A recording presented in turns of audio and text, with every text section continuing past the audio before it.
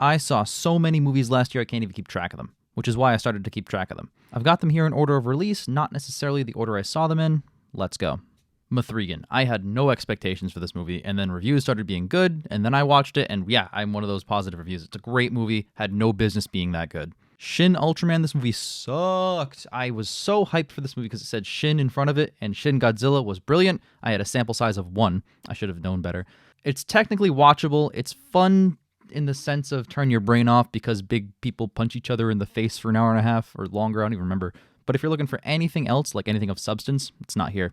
Missing is my favorite film like this. My favorite screen life film. This is the best one I've ever seen done, where every single piece of media that you're seeing is through an actual device in the context of the movie. This is the best one. It's better than Searching, which I really liked. It's better than ain't that many others. Unfriended, there aren't that many other ones. But yeah, this is far and away a step above everything else, and it really ropes you in. Just every moment, every twist, every beat of the story is just, man, they did that really well. I saw Still and Pamela back to back, the documentaries about washed up celebrities from decades ago. I really enjoyed both of them. I think they both tell separate, nuanced stories. It's just a shame that they're so similar. They came out around the same time. I think they're both on Netflix, funny enough.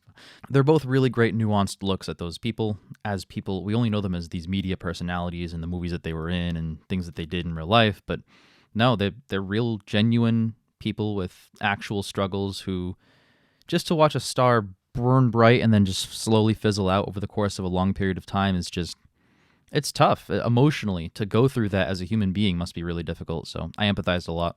When you finish Saving the World, I like what the movie was doing and saying, but I hate the characters. And I get the point of it is how bad the characters are and how unlikable they are, but I can respect it at the same time. I can not be invested at all because Finn Wolfhard, the actor, is fine, but the character's a piece of shit, and Julianne Moore's character's a piece of shit. I can't get into it.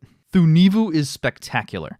This is Bollywood Tollywood at its height, at its peak. It is up there in my mind with RRR. It is worthy of praise and celebration. How has no one seen this movie? It should be blown up like RRR. There's so many layers in the storytelling, and then right when you think it's about to go off the deep end into craziness, at the end of the movie, it just shows you this thematically relevant path it takes, and it's like a gut punch, like the point of the movie. It's just amazing. Skinamarink, this movie was a snooze fest. I did get through it, tragically, but man, I had to force myself to look at the screen and pay attention. I didn't want to go on my phone during it, but man, 90% of this film, more than 90%, is low-quality footage of walls. True Spirit, I only watched this because a member of Titans 2018 is in this. Bland, by-the-numbers biopic, but the flavor of the week this time is that they're on a boat. Boats are fun, still boring. Magic Mike's Last Dance, this is the second best and also second worst of the trilogy. In my mind, it's XXL is top tier, then this, and then that first Magic Mike is, in my opinion, the weakest one of the three. One of the best parts of XXL is that cast, that supporting cast around Channing Tatum. And then in Last Dance, this latest one, they're freaking a Zoom cameo, if that. That sucks. Where'd they go? I want more Tarzan, I want more Joe Manganiello. Blackberry. This movie is as good as critics say it is. It is way better than it deserves to be. I just talked about a bland biopic in True Spirit. This is a non-bland biopic. It takes a subject matter that I thought wasn't interesting and just goes through it in a character-based way through the lens of these people just trying and trying and trying to be the next greatest thing. And they succeed for a time. And then when they don't, the movie just gets better and better as you keep watching. It's just amazing. Ant-Man 3. This, I'm going to be a dissenting opinion here. This is my favorite of the Ant-Mans. I never really liked the Ant-Mans all that much. I think the first two are 5 or 6 out of 10, somewhere in that realm, barely, mid-watchable. This one is a 7 out of 10, which does not sound like high praise. It isn't, but it's praise nonetheless. It's something I appreciate. I like that they took the character of Ant-Man and put him in a larger story. No pun intended, because he gets really small. But this whole idea of putting him in the quantum world, the quantum realm, and having him just have this wild, crazy adventure with this really killer antagonist, this awesome, awesome Kang villain. It's a shame what happened to Jonathan Majors after the fact, but I can appreciate his performance. Yeah, no, he is an excellent villain in this movie. Inside, Willem Dafoe, Excellent movie, excellent performance by him, and excellent writing. Just all around, the beats that it's trying to hit, it hits perfectly. It does what it does spectacularly. If you watch the trailer, it's exactly what the trailer looks like, and it does not disappoint. Creed 3, oh my god. Just talked with Jonathan Majors. Excellent in terms of acting only. Yeah, no, he is amazing. The writing is amazing. The directing, B. Jordan, surprising us all. Holy crap, he's really talented, both acting and behind the camera. I really wish they make Creeds 4 through 100. They're that good. I think my favorite might be Creed 2 of the three of them, but that's no knock to Creed 3. Creed 3 is also amazing. And just the fact that Creed and Drago are like kind of boys now, they're just buddies, is just, that's so nice. It's so rewarding if you've had any investment in those movies. Shin Kamen Rider, this is what I called the worst movie of the year. Now that I've seen the rest of the movies on this list I'm going to talk about, it has been dethroned by one more. We'll get there. But yeah, it's basically a CW pilot, but with no budget. It's terrible. Operation Fortune, it's a great idea, and there are some fun moments. I feel very similar as I do about this, about a lot of Guy Ritchie's movies, but sometimes the fact that it leans into humor a little too much relies on the humor always being funny. And it is not, and that's subjective, I know, but like for me, that just doesn't. You got to have more to your story than just a bunch of jokes rapid fire, you know? You got to have a hard-hitting story too, and just a fun heist romp really isn't enough. A Little White Lie. This is a really funny premise. I wish they did more with it. That's kind of the theme of the year, though, because a lot more movies I'm going to talk about are going to have that exact same criticism by me, where, yeah, great idea. I wish you got a better writer for the screenplay, though, because you could have done so much more with this, but that's okay. It did pretty good. Champions. This is exactly what it looks like. If you've seen the trailer, that's what it is. There's no surprises.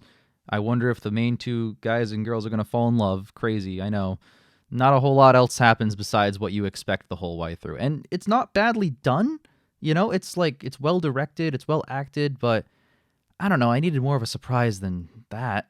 Shazam! Fury of the Gods. All right, this is not as good as the first Shazam. We have a commentary coming soon. I'm still editing it right now.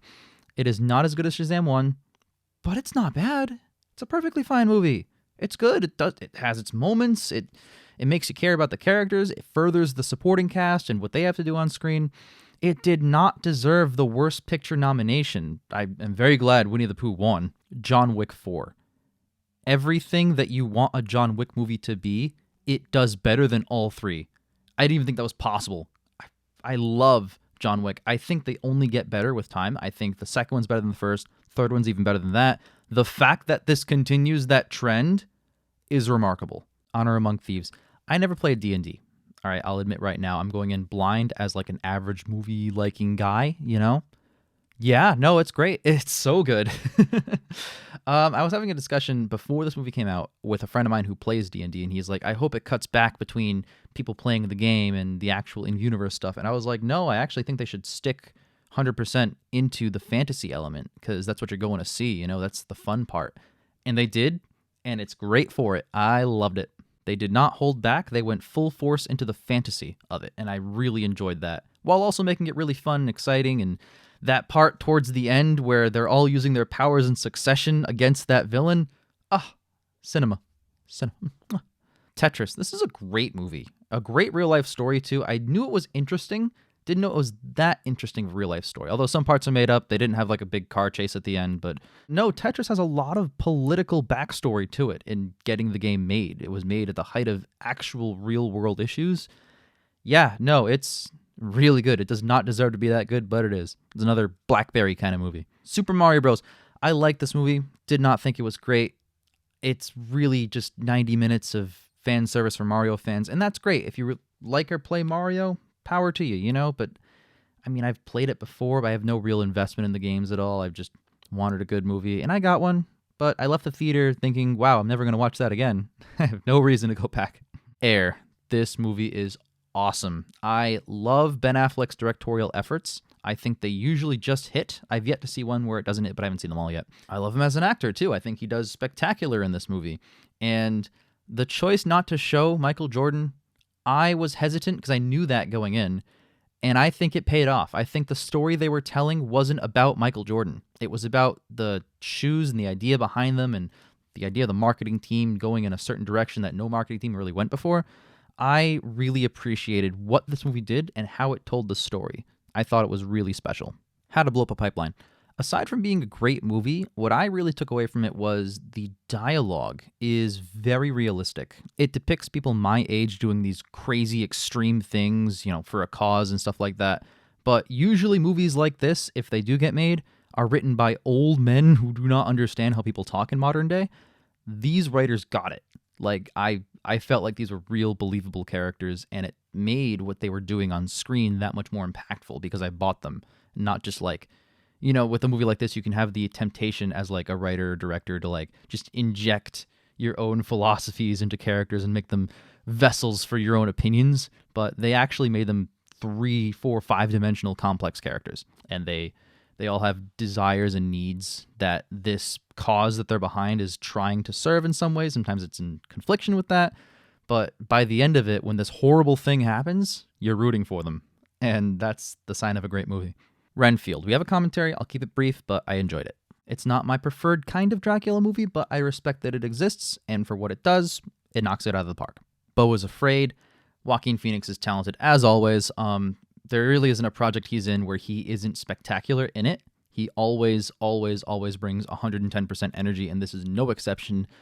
This movie is questionable. I thought the first half was like brilliant, like a 10 out of 10 kind of movie. But then when he runs off into the forest, everything from then on was just, man, it really missed the mark. It could have been so much better, so much more special, and it really just fell into like fantasy land and went, let's just do everything. And it's like, well, maybe you shouldn't. Evil Dead Rise.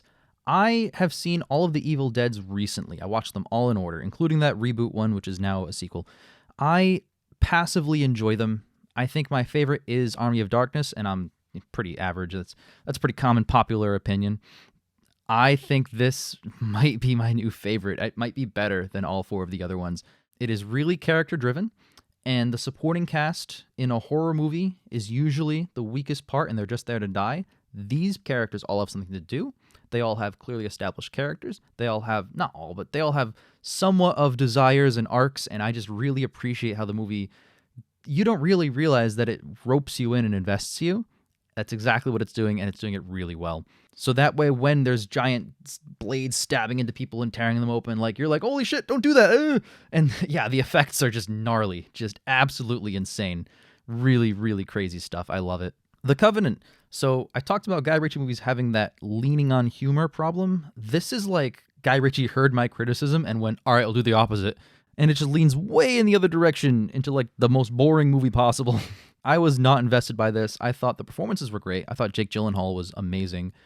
But he's always amazing. It doesn't speak to the quality of the movie, in my opinion. I thought it could have been way better. I do have to comment on Guy Ritchie, though. Props for having 2 movies in the same year, both of which are like kind of high profile, kind of big budget, kind of got a lot of people in them. That's not easy. Movies take years and years of time and effort and energy to produce, and idiots like me sit in their extra room with a microphone criticizing them. So, like, power to you, Guy Ritchie, for doing that not once but twice in 1 year. I don't know if I'd ever be that productive in my entire life if I tried. Sisu, great movie, great time. Saw this in theaters. Didn't like the ending, like the very, very end, but everything prior to that last 2 minutes was incredible. Just really fun, really solid time. It takes the spirit of a John Wick-esque movie and takes it in a brand new direction, and it's really refreshing for it. Guardians 3, it's a Guardians movie. Of course, it's fucking great. Awesome movie, one of the best of the MCU. Perfect conclusion to this cast of characters here. You'll see the Guardians on in different versions, different lineups and stuff like that, but this specific team of Guardians, they got their send-off, and this is all I could ever ask for. This and the holiday special is just really top-tier stuff. Fool's Paradise. This is another example of, man, what a great premise. Could have done so much more. I appreciate Charlie Day's visual performance. It's very Buster Keaton-esque and very Charlie Chaplin-esque, but man, I don't know. I feel like this idea could have gone way further and could have done way crazier stuff, and I feel like they really pulled a lot of punches in favor of quick little jokes here and there that some land, but doesn't really hit that much. Fast X, I have a whole Fast and Furious video. I watched every single one this year in a row, having never seen really any of them. Vin Diesel ruins an already not great movie with an atrocious performance. Dominic Toretto is an absolute joke of a character that's only gotten more annoying, and because there's like 12 movies now, It's at its peak annoyance. Hating it so much. Robot Dreams is a spectacular little movie. I had no expectations going in. I just watched it because it was one of the nominees. Wow, really blows you away. I watched it with someone I know who is not very good at speaking English, and I don't really speak their language very well. Yeah, no, we both enjoyed it equally because there's barely any dialogue in it. Didn't even need subtitles. Loved it. Loved this movie so much. I thought it was amazing. And that ending, that ending hits. That's the way to do a fake out ending properly because it was well set up within the story. And without that ending, it's worse. It's fantastic of a movie. Wrath of Becky. This is a confusing movie because on its surface, yes, it's a fun action movie. It does exactly what Becky does the first time. But the end of Becky 1 was all about that key, that necklace or whatever she has. You watch that movie and it sequel baits the key. But then you get into Wrath of Becky and the movie has nothing to do with the key again. And then they mention it. And then the end of the movie is, oh, hey, let's figure out what's going on with the key. That's the movie I've been waiting to see. Like, stop sequel baiting it twice. It's like you did Becky 1 again. And you haven't answered any questions. It's not like you even posed new ones, do you're just like, yep, here's more of what we know you want. See ya. It's a very confusing time. I was very taken aback to the point where I'm expecting Becky 3 to also not be about the stupid key and then also sequel bait it. Answer. What's going on with the key? What's up with just tell me. Why would I watch it otherwise if you're not going to actually answer the questions you're bringing up? Across the Spider-Verse. What do I got to say about this movie that everyone already hasn't? It's spectacular. It's incredible. It is the shoo-in to win at the Academy Awards for animation. It should have been nominated for Best Picture along with many other movies, but oh well. I loved not just references to Spider-Man material, but like bringing in and incorporating supporting characters, which were leading characters from other properties. I like how they showed that and are using that in a meta way to tell their story and get the point and theme of what they're trying to say across. That was really smart. You can only do that with a franchise like this, like a franchise with all these different versions across different types of media, different mediums, different everything for like all these years. You can only tell this story with this kind of property, and they told it the best possible way, like the most heartfelt way they could have. But goddamn, this fucking part 1, part 2 nonsense. It is the most inconclusive piece of junk ever. And I'm saying that to like a brilliant film that I respect very much. Stop doing this. I hate this so much. The Boogeyman. This is surprisingly a good movie. I really liked the concept of the character and how the characters try to stop it, mainly the main character. To me, she's an example of, well, this is what a smart person would actually do in this situation kind of character, which I'm really appreciative to see in horror movies across any time period. The design of the monster is awesome, but not just that, the way that he's implemented, like how he shows up in the story, at what points in time, cinematography, moving through the house with the camera and stuff like that. Excellently done. Really well done. Really liked it. I would watch this again. Past Lives is my favorite movie of the year, best movie of the year. It is the best movie I've seen in the past 5 years, since The Lighthouse, I think was my other 10 out of 10 immediately upon watching. This uses its storytelling devices, like language barriers, for example, to further its point and theme and get it across in a more impactful way. It is unique. The message it's telling you is unique. It can only exist in this modern time period because of like long distance devices and stuff like that. It is truly one of a kind. It is truly moving, and it really speaks to a lot of people who have been in a similar position. It is moving. It is a powerful, moving film, and I really wish that experience of watching it for the first time, I could just bottle that up and just relive it, but now I'll only ever get to rewatch it, which I will be doing plenty of times. What stands out to me, too, to spend a little bit extra time on this, is that the 3 main characters, the guy, the girl, and her husband, nobody did anything wrong. Nobody did anything harmful to anyone else or wrong or malicious or evil in any way. And yet, all 3 of them suffer at the end of the movie because of each other. And that is so tough. And that's just what life fucking is. I really want more people to see it. It deserves to be a $1 billion film. Transformers Rise of the Beasts. I like it. It is better than every single Michael Bay sequel combined. Pretty much as good as Transformers 2007. It's for different reasons is on par. They're both spectacular. They both jump out at you. They both have that vibrant, fun energy. The ending, which I don't mind spoiling because it's been so long since it came out. The G.I. Joe ending is wild. Like, wild. There's no way they're going to go through with that. This is another dark universe. It's dead in the water. But maybe they do. I don't know. I would love to see it if it happens. Angry Black Girl and Her Monster. I like this movie. I appreciate it. But going into it, I knew it would be a little heavy-handed with its messaging, and sure enough, it definitely was.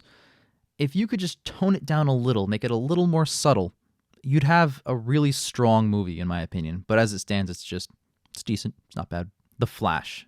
This is the best DCEU film. It is my favorite one. You want to talk about multi-layered storytelling. You have the Batman character being brought back not as fan service, it is, but to actually further the story and the themes of the story. The same way the Flashpoint comic did with Thomas Wayne, that version of Batman, when he dies, Barry Allen tries to say, I can bring you back, we can go back. And he's like, you already brought me back. What that means for the character, how that serves his arc on that journey, and that's the moment in that movie he's realizing the situation and how unstoppable it is, and how some things in life were meant to happen. The fact that he spends the movie hating himself, the version of himself that didn't lose his mom, that did have that mother figure, he became a worse person because of it, and now he has to live with that fact and grapple with it at the end.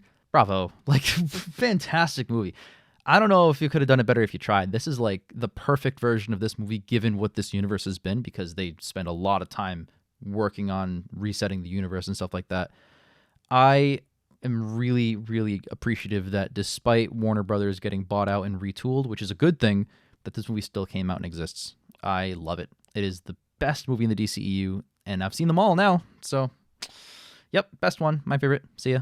Elemental. This is a really sweet movie. It's Pixar, so, you expect it to be that great. But yeah, no, it is that great. The premise is kind of cookie cutter, like, oh, of course, opposites attract, let's go through the motions of the story. But it's a really sweet tale with surprisingly deep characters given what it's trying to do. And yeah, I was really impressed by it. I thought it was spectacular. Really, really full of heart and soul. No hard feelings. I thought this was a really funny movie. It's nothing more than that. It's not like a great masterpiece, but if you're looking for a good time with a loved one, yeah, no, this is it. This is a really great time. I love any time that the main guy is just kind of annoying Jennifer Lawrence's character, which is a lot of the movie. That was really satisfying for me. That was really cathartic. Indiana Jones. I thought this was a much better conclusion to his character than Crystal Skull. I think this is my third favorite one. I would rank them Raiders, because I'm a Raiders guy, Last Crusade, this, and then Tomb and Crystal Skull in some order. I'm not big on Tomb. Nimona, good movie, not bad, but best animated nominee? I mean, I don't know. It's very by the motions. It feels very similar to The Sea Beast from, I think, last year. Has the exact same message and themes, and I also felt at that time like, yeah, well, does it really need to be whatever? Nonetheless, it's a good time. It's got great voice acting and stuff like that, but I don't know. I wasn't wowed by it. Mission Impossible Dead Reckoning, which is all it's called right now on streaming services. I loved this movie. I feel the same about this as I do about Across the Spider-Verse, because it's part one of a part two thing, but it's also brilliant. The difference is, this one is more conclusive as a first half of the story, because the whole point of the movie is getting that damn key out of that bad guy's hands. And they go back and forth and back and forth and back. And the way the movie ends is very satisfying. Very satisfying as like its own standalone tale. If you want to look at it that way, it works. Yes, it sets up the next thing, but it also concludes itself. And what's there to love? You got the amazing chase sequences. You got an amazing action heist scene. The scene where he drives off the cliff, it's in the trailer, but they just filmed that. The only visual effects were turning a ramp into like a rocky cliff. The jump is real. The distance he travels that fast is real. And it is insane in a nice giant movie theater screen to watch that happen and be immersed completely. It is a rare experience nowadays in Hollywood, and Tom Cruise is keeping that alive. I have such respect for that guy. Not really his religious beliefs, but, as a person, fantastic. Love that guy. The Boy and His Heroine. I thought it was a really good movie. I said it wrong on purpose. I like this movie quite a bit. I don't see it as a masterpiece, which a lot of people do, but I really enjoyed it. I thought it was really strong. I watched the version that was the original Japanese language dub, but it was subbed in English. I wish I had watched the English dubbed version because the voice actors, specifically the Heron's voice actor, are a little too goofy for my taste. I thought that character could have been toned down, and I believe Robert Pattinson plays him in the American version. I'd love to hear his performance about that. Barbenheimer, let's talk about him. Here we go. So I have very similar criticisms to these two movies. I thought they were both great, both really strong movies, both 8s out of 10s in my mind, but they both had an issue with runtime and how they spent it. Barbie, I thought it was really nicely paced for like 2/3 of it even, but that whole ending sequence where actual Barbie girl shows up and talks to Barbie for what feels like 10, 15 minutes straight, I don't even know, about the points and themes of the movie, which the points and themes of the movie were well conveyed, very well done, smartly written, smartly executed, smartly acted, very well done. And then she just grinds the pace of the movie to a halt to just stop and explain to the audience everything. And it's like, so painful. Why? It could have been so great had you not done that. And then Oppenheimer. I have a very different way of criticizing the runtime. I thought it was really, really strong, but not every scene contributed to the story of the movie. Some scenes that I didn't think would do. The Florence Pugh affair that Oppenheimer has thematically ties back to the movie. I thought that was going to be like a side story that like didn't matter at all, but you had to include it because it was real life. But like, no, it matters. It thematically matters to choice and chance and probability and all these different themes and everything. I thought it was so good. And the guilt, the horrifying guilt that he feels about that. It's so great. It's a great experience, but did not need to be 3 hours and 9 seconds long. 3 hours and 8 seconds was optimal. Cobweb. This movie sucks. There's no way to put it. They just cast the guy who plays Homelander to do the exact same performance he does in The Boys, and he just does the evil guy who has all the power and control thing again.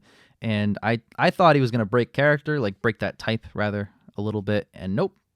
Just a bland, boring movie that does nothing new. And the twist sucked, and I hated everything. Dreamin' Wild. This is a nice background kind of movie. Like, it's not offensive in any way. It's got some good performances, good acting and writing and stuff, but doesn't really blow your socks off, doesn't really wow you in any way, and didn't really, I don't know, the story behind the movie is so much more interesting. The subject matter, the Dreaming Wild actual band, and how they got discovered way late in the game, but I don't know, didn't really take it that far for me. Corner Office. This movie is a masterpiece, except for one shot. This is something I feel so strongly about. I could do like a video essay on this one day if I really wanted to, but the shot right towards the end where the camera reveals that he is standing against a wall, just actually staring at it with his like nose basically touching the wall, that one shot, which is only at the end of the movie, I think it ruins it. I think if you just extract that shot, this is like a 10 out of 10.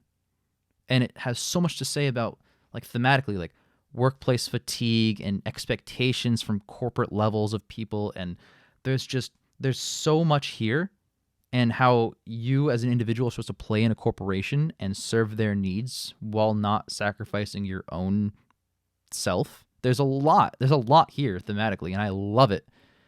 But I hate that one shot, and it is what it is. Spider-Man Lotus. I actually got interested in this movie unrelated to the drama, like without the backstory of like the crazy, whatever it was, racism, sexism, whatever the hell's going on. I don't know or care. I'm not going to look into it again. As a movie, putting all the behind the scenes drama aside, it's not great. I mean, for a no budget Spider-Man fan film, yes, it nails some aspects of the character that were never portrayed in the 8 Spider-Man films, but it also could have been much stronger even without the kind of budget and visual effects that you would typically need to make this kind of movie. You could have rewritten a couple scenes and made this really just a step up, like a step above. And I don't know. If all you have your movie to hinge on is a script, then this is not the one to hinge it on. I feel like you could have done much stronger with this. I feel bad. It's a passion project, but I got to talk about the acting. It is subpar. The main guy is doing all right, and he's the one who does. I'll leave it at that. Last Voyage of the Demeter. This is a great movie. It's really strong. It is the most book-accurate Dracula adaptation I've ever seen. It literally takes that one chapter of Dracula and produces it as a film in continuity with the book itself. The only part that I have a little bit of friction in, which is also thematic of this entire year, is the very ending. That whole crazy sequel bait nonsense, they could have done that in a way to keep it open for a sequel and not done something as wild and crazy as that. But they made it wild and crazy, so, gotta respect it, I guess. Don't look away. This is an atrocity to cinema. It is unwatchably bad. I had to force myself through it just so I could talk about it. No, this is not it. I really wish this movie had any budget at all. And if it did have a budget, I don't believe you. Blue Beetle. This is a really great movie. What stands out to me is the fact that when he gets the powers, he doesn't have to spend the rest of the movie hiding it from his family and then revealing it later on, if that. His family's there. They're involved 100% in the story. They assist. They're essential. I've never seen anything like that in a superhero movie before. It's always the guy or girl who's got to save the day on his own by sacrificing everything to save the people he loves. But they show up in the third act to assist, and without his family, he literally wouldn't have saved the day. They're linchpins. The supporting cast has something to do. They even have their own little arcs sometimes with the financial situation. I really respect what this movie did, more so than a lot of other movies of this similar ilk. It is easily one of the best of the DCEU. Back on the strip, I'm not going to spend long on this because I only got 7 minutes in, so I will not rate it a score. I will talk about the 7 minutes I watched. It would have been the worst movie of the year if it stayed at this pace and I finished it. But yeah, no, it is. Don't even think about watching it. I only saw it because Wesley Snipes is in it and he does nothing nowadays. Yeah, he should have kept doing nothing nowadays. Anatomy of a Fall. I was kind of perplexed when this got nominated for Best Picture. It's got great performances. It's got really strong writing. And I think I respect it more than I actually enjoyed watching it. The thing is, it doesn't answer the question. Everything that it sets up is in service to answering the question. So hypothetically, if it answered the question, you could look back at all of the evidence and be like, wow, that makes so much sense now. There is no feeling like that. There's no Sixth Sense level twist where, oh my God, Bruce Willis was a ghost. Now I can look back and realize, and then you look back and all of those beats in the movie are enhanced because they worked without the twist's knowledge, but now they're even better with it. There isn't that in this movie. They just don't tell you. I'm left here to wonder about the movie and write my own ending. I didn't go to see a movie so that I could write the rest of it. You know what I mean? That's weird to me. I don't enjoy that. Slaughterhouse. I watched this because it was a joke. It does not deliver on anything. It's not even funny bad. It's not intentionally funny, and it's not unintentionally. It is just a bad film. It is poorly made. The sloth has an evil narration or something. It's horrible. I respect that they used puppets and not CGI, for most of it at least. But that's it. So I already told you that Shin Kamen Rider was my least favorite film of the year. It was even the thumbnail in the worst of the year video. It has been dethroned since I finished this list because King of Killers is the worst film of last year. It is directed by Kevin Grievo, a man that I respect greatly, not just because of his amazing voice, but his amazing acting. I think he is really strong in the underworld movies, as crazy as that sounds. It's a very subtle performance. So you can imagine my excitement when he's offered directorial business on this movie, and I'm like, great, I'll get myself invested. No, I finished this movie because I wanted to talk about it. It is awful. There's literally a scene towards the end where they go, I guess you're really the king of killers now, or some shit. It doesn't make any sense. It is so frustrating. It is, corny and campy. Don't even begin to describe what this movie is. That's the tip of the iceberg. I wish it was just poorly made, but it is egregiously made. I was floored at how bad this movie was. And it lost respect in my mind for Kevin Grievo for making a movie so bad as this. I never want to see him touch a camera again. Golda, I only watched it because it has a nomination for costume design. Great costume design, boring movie. Equalizer 3. This is my least favorite of the three. I really enjoy the first Equalizer, specifically the third act being in the Home Depot-esque setting. And the second Equalizer has even better action. And the third act of that one is in this really cool tornado hurricane situation, but there's gunfighting in this abandoned city. Really fun stuff. This one, very anticlimactic. It's got a great opening scene. I loved what it does with that, but you can't just keep recycling the idea of he goes to a place, bonds with the city, evil people try and destroy the city, Equalizer equalizes them. I think it's Dakota Fanning or Elle Fanning, is the daughter of the character from the other movie. That doesn't matter or change anything in the movie. It could have not been. It's the same film. It's disappointing, but hey, at least I got 2 great equalizers out of that trilogy. Nando Photo and the Talking Mongers. I really like what Simon Pegg usually picks for roles, and this is no exception. This is a really fun, entertaining character by him. And while it's not the best movie ever, he makes it really fun and watchable. And there are some standout scenes that they just make the movie worth watching. Like, they're just really fun and exciting. A Haunting in Venice. This is my least favorite of the 3 so far. I really like Death on the Nile. I think that is my favorite. I had to think about that for a minute. Death on the Nile is my favorite. The first one's my second, and then this is my least. But I think this is a great series. This is an excellent trilogy. I hope it's more than a trilogy. I want 10 more of these movies. In the same way that I want Rian Johnson to keep making Knives Out movies, I want Kenneth Branagh to keep making Hercule Poirot's, because every time they come out, I'm always there day one, edge of my seat, really invested in the twists. I think the problem with this movie for me was the tone was very dour, and there's barely a soundtrack, which I know it's trying to play more towards like a horror vibe, but it comes across as just awkward and stilted. Like you go into expecting one thing and you get something else. Maybe it's not that bad on its own, but in context, kind of questionable. Dumb Money. Excellent movie. Excellent real life thing that I was actually involved in because I had invested in AMC prior. And then when it shot up, I was like, hell yeah. And I took everyone to lunch. Oh, man. So good. Paul Dano is a mastermind. He is incredible. Everything he does, he throws 110% energy into. Even the funny roles, kind of like this one, there's still something heartfelt here. Like that passion that he puts into that role. When he says that GameStop stock is going to go up, you genuinely believe him. He's so good. He sells you as an audience member, the creator. Great, great, great visual effects. I wish the movie were as good as the visual effects. Foe, this is a really disappointing movie for me. The premise is so interesting, it makes me want to go read the book it's based on, but the execution was very bland, and given the talent that's attached, I expected a lot more. She Came to Me. This is an excellent film. Everyone involved in the movie is so talented in other things that they're in, and so they all bring that talent together to make a really fun time. And it is a comedy, but it's so heartfelt, and it has a really powerful message. It tells the story it's trying to tell, hiding behind humor, but really it's like this really strong, powerful message.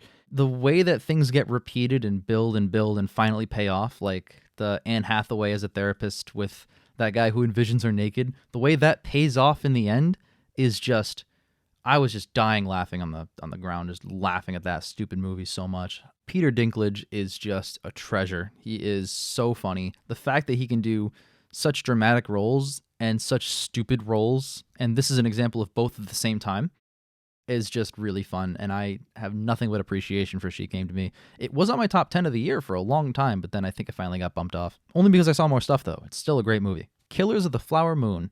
This is a worse version of the Barbenheimer Problem. I think this was way too long of a movie. Cut like an hour out of this stupid movie. It would have been so much better, but that's my only real criticism. It's brilliant, brilliantly acted, directed, written type of movie that just comes out of nowhere and just blows you away. I have no idea how Scorsese keeps convincing Apple TV to give him $200 million with movies that'll definitely get nowhere near that type of investment back. Naiad, I knew nothing about this story in real life. I was introduced to it with the movie itself, and wow, that is an incredible story now that I'm aware of it. And the fact that she was that old when she pulled that off, remarkable. The visual effects are top-notch, and of course the performances from the two main women are just amazing. Anytime they're on screen together, just yelling at each other, just, trying to get the worst out of each other, but also the best out of each other, is just really watchable stuff. The Killer. This is an excellent movie. It reminds me of American Psycho in a lot of weird ways because it is a character that is himself a contradiction, and he thinks one thing but displays another. At the start of the movie, he's like, oh, you got to be a perfect mind and body to kill everybody. You got to be an assassin's got to be steady and strong. And he immediately fucks up his shot. The first thing we see him do is screw up a shot and cause the events of the rest of the film.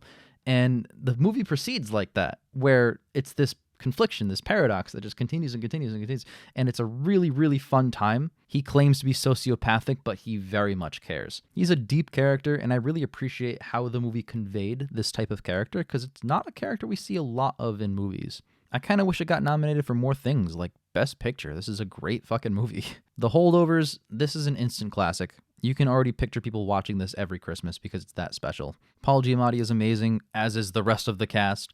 And that kid, who, to my knowledge, is like a brand new actor, like they just found him on freaking theater, like performing, he is really strong, and I hope he gets more things as time goes on, because he has proven himself in this film to be an excellent actor who's capable of holding his own against one of the greats, Paul Giamatti. Rustin, yeah, no, it's a great performance, and there are great moments, but a lot of this movie is really goofy.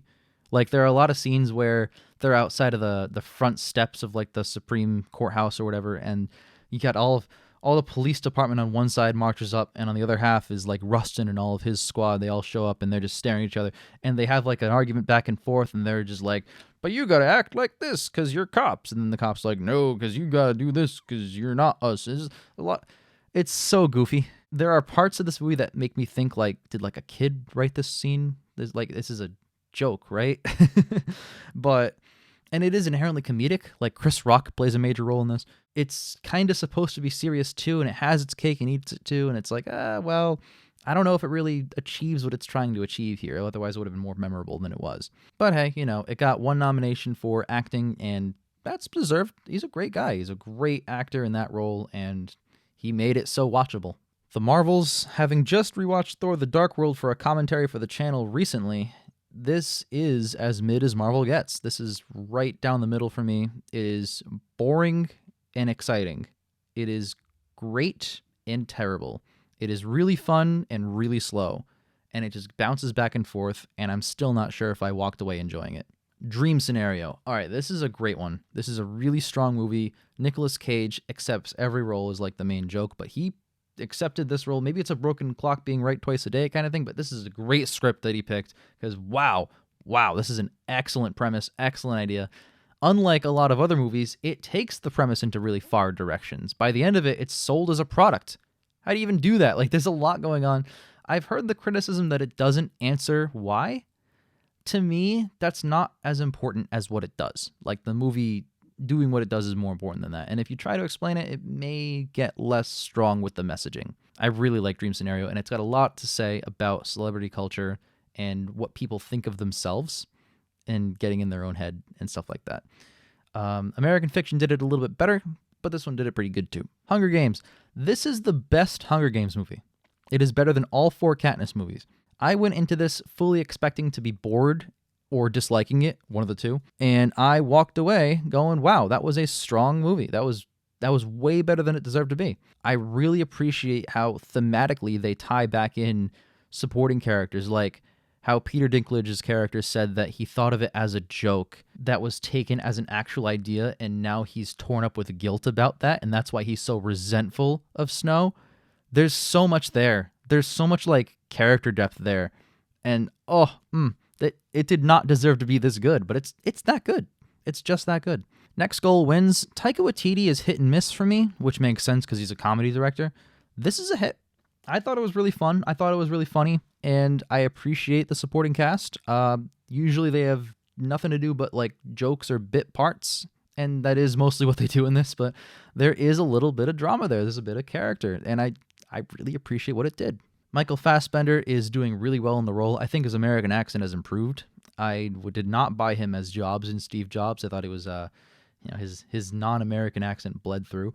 And he's funny. He's genuinely fun to watch, and you get really invested in his character. Elizabeth Moss is excellent as his previous wife. Saltburn. This is an awesome movie. I wish it got nominated for more things because it is so good and so strong. Man, this one just hits you out of nowhere. Like, I went in with high expectations because she made Promising Young Woman, but I did not know it would be this good of a follow-up to Promising Young Woman, because, man, what this says about obsession and how that drives someone, no matter, like, there's no return on investment until the end where there's the most return on investment. What that says about his character and what it says about what he's willing to do. The end of the movie is Barry Keoghan running naked through the mansion. It's memed on TikTok. It deserves to be memed on TikTok. It's awesome. It is a satisfying end. May, December. Terrible title, great movie. I was kind of taken aback that Charles Melton, did not get a supporting actor nomination because I've only ever seen him in Riverdale. Funny enough, my ex and I used to watch that show. I got like 6, 7 seasons in. So at a certain point, I turned off the fact that I knew it was a bad show and just watched it for the sake of watching it. So I've only known him in one of the worst shows ever. He is an incredibly talented actor. He is way too good. Like, why? Why didn't he get any praise or recognition for that role? He is so good. But also the story it's telling is just great. It's really well done. It's really well written. And I just was blown away at how strong this movie can be. That end scene that got taken 3 or 4 different times was just, that's the point of the movie. That's the theme. Great work. Screenplay is a great nomination if that's the only one it has. But it should have more than just screenplay. It should have acting. Eye for an Eye, The Blind Swordsman. This is not a great movie with excellent action. That's it. That's all you gotta know. I can't not give it a positive score because of it. Godzilla -1. This is the best Godzilla movie. If you count it as a standalone Godzilla movie, it is the best one of all 35 or whatever that have been released. I've watched a lot of the old ones. I appreciate the 1950s one, but it's not the best on hold up on rewatch. Don't like the 1998 Godzilla. I think that was like a joke of a movie. I enjoy parts of the Monsterverse, the legendary recent films, like basically scenes without the humans, but the human scenes are just cancer. Just get them off screen. This is a movie that says, hey, let's make the human parts genuinely interesting and weave it into the story of Godzilla instead of cutting away from Godzilla and just going to freaking Millie Bobby Brown and what the hell is his name? Kyle Chandler arguing about monsters like, oh, we got to catch them. They're over here now. We got to track them. Why? I don't care that you're tracking them. Who gives a shit? This is how you do it. If you're going to do human-involved monster movies, this is how you do it, and it's really satisfying for it. Fast Charlie. I watched this because a friend of mine is in it. Brendan Keel Cook. He's a very talented guy, and it's a shame because he has a really, really nice scene to work with, and it's cut so short. This is an okay movie. I thought Pierce Brosnan did strong with what he has, but there's not a whole lot here to do with. It's just an average trying to be crazy gangster movie, but oh well. Keep doing more things, Brendan. Proud of you. Napoleon. This is one of the weaker Ridley Scott movies. It is strong in parts, but I think it falls apart because unlike Gladiator, not every scene in Napoleon needed to be there. Not every scene in Napoleon thematically served the story or characters in any way. I feel like it was just an adaptation of like the Wikipedia page for Napoleon with big visual effects, which can be great in some parts, and then in others it's just like, oh, well, why was this here? Oh, because it happened to him? Look at Oppenheimer. Look what that did with its story. It took supporting details in Oppenheimer's life and wove them in thematically. That's what a talented writer should do, and that's not what Napoleon did. Maestro, man, no, this was boring as hell. No, he's great as Leonard Bernstein. I think Bradley Cooper did a good job, but that's not enough to save it. It's just not a great movie. It was very repetitive too. Like, oh, let's produce great music, but also sleep with someone else other than my wife and get no backlash for it, basically. Leave the World Behind is one of the most realistic apocalypse movies I've ever seen in my life. It's not post-apocalyptic, it's apocalyptic. It shows the downfall. I don't think I've seen a more realistic downfall. It is so well done, so thematically well done, and so well written. I wish I had seen this before recording my top 10 of the year because it would have been on there. It is so strong. It is a great movie, and it got nominated for nothing. Nothing at the Oscars. It's like they don't care. Poor Things is brilliant. Got nominated for everything at the Oscars, I guess. Awesome movie. I love the thematic allusions to 1931's Frankenstein, but also just taking it in as weird and wild of a direction as you possibly ever could. It does raise some like concerns like, oh, this brain of a child in the body of an adult woman, and then she's out like, having sex. Like, there's things there that just don't make you sit well at night, But the story it tells, the coming of age story, and how she is objectively a different person, not just by the end of the movie, but like after every scene, there's something new that impacts her in life, where she learns just a little bit more about herself or the world around her and who she's becoming as a person. She comes back to Godwin at the end while he's dying, and just that dynamic of characters as they talk back and forth is like one of the best scenes of the year. It was just their dialogue. I am blown away by how good it is. I thought it was a really satisfying ending. Christopher Abbott as her husband is just so funny. He's like cartoonishly bad, but this is the type of movie where it's appropriate to be cartoonishly bad. Like, this is a perfect avenue for that type of performance. I thought it was awesome. Wonka, not my kind of movie. I'm not usually into like prequels of classics just because you can. I think this was solid though. Like, in terms of being the Gene Wilder-esque prequel era, this is a pretty good one. Like, I thought Timothée Chalamet was really well cast. I thought he did great as that younger type of character. And I didn't mind the songs. And I usually hate musical-esque movies like this unless they're really, really good. So the fact that I kind of liked it should tell you something about the movie. American Fiction. This is an excellent movie. The only thing I don't like is the ending getting way too meta. I wish it just ended the movie properly, because you leave plot threads hanging and you just stop the movie to say, hey, these plot threads are pointless, even though, like, what's going on with his girlfriend? Like, that's an interesting character there. There was unresolved things there. Tell me what happens. Everything else is just brilliant. The point of the movie is brilliant. The way they incorporated how people react to art reminds me of Producers, the classic Mel Brooks, The Producers, which is my all-time favorite films. It reminds me of that in that weird way, with a different medium, of course. And I always love movies like that just take it as far as possible. The Zone of Interest, great idea for a movie. Most of it does really hit, trying to balance a normal-ish life with that next door. The execution was really boring. And the end, where it just cut back and forth to like that modern-day museum, I don't know. I wasn't with it. Maybe someone who was invested the whole time would be really blown away by that ending, but for me, it was just not. It came so late in the game, at the end, of course, and it just didn't have that same level of holy crap impact that it really wanted me to. Aquaman 2.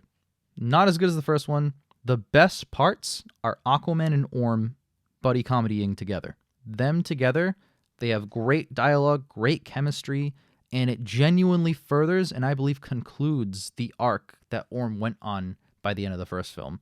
And I think it thematically, you took a villain that wasn't that great from Aquaman 1, brought him back and improved him and made him a better character now. The compliments I'm giving it now are why it's a 6 out of 10, because virtually everything else in the film is either all right or not great. Just flat out, just disappointing. That's what carried it for me. That's what saved it for me. Society of the Snow, excellent. Brutal film. Just brutal to watch. And the fact that it all actually happened, it's very faithful to the real life events. I was sitting at home in my very warm, comfy, cozy bed, just watching these people suffer and freeze to death in the freezing cold for, half a year or something? Oh my God. Makes you really think about your life, Like, wow, how good do we have it? And finally, The Color Purple. I thought it was pretty good. It's not as good as the Whoopi Goldberg version, but I enjoyed it nonetheless. I am not usually huge into musicals. The musical version was fine. They used the songs to actually further characters or the plot, which is usually what musicals have to do with their songs. They didn't just grind the story to a halt to play a song, which is the main criticism with musicals that I have. So I respect it in that way, but still not the best. I'll take the classic version any day. So there you have it. Every movie I watched last year, I'm hoping to watch just as many next year, but we'll see if I have anywhere near as much time.